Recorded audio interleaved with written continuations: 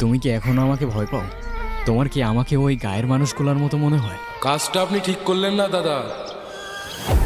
আপনাকে বারবার সাবধান করেছিলাম দাদা, শুনেননি। এখন আমাদের কিছুই করার নেই। আচ্ছা, কি করবে তোমরা? মেয়েটাকে আমাদের হাতে ছেড়ে দিন আর এই গাটা ত্যাগ করুন, তাহলে আর কিছুই করব না।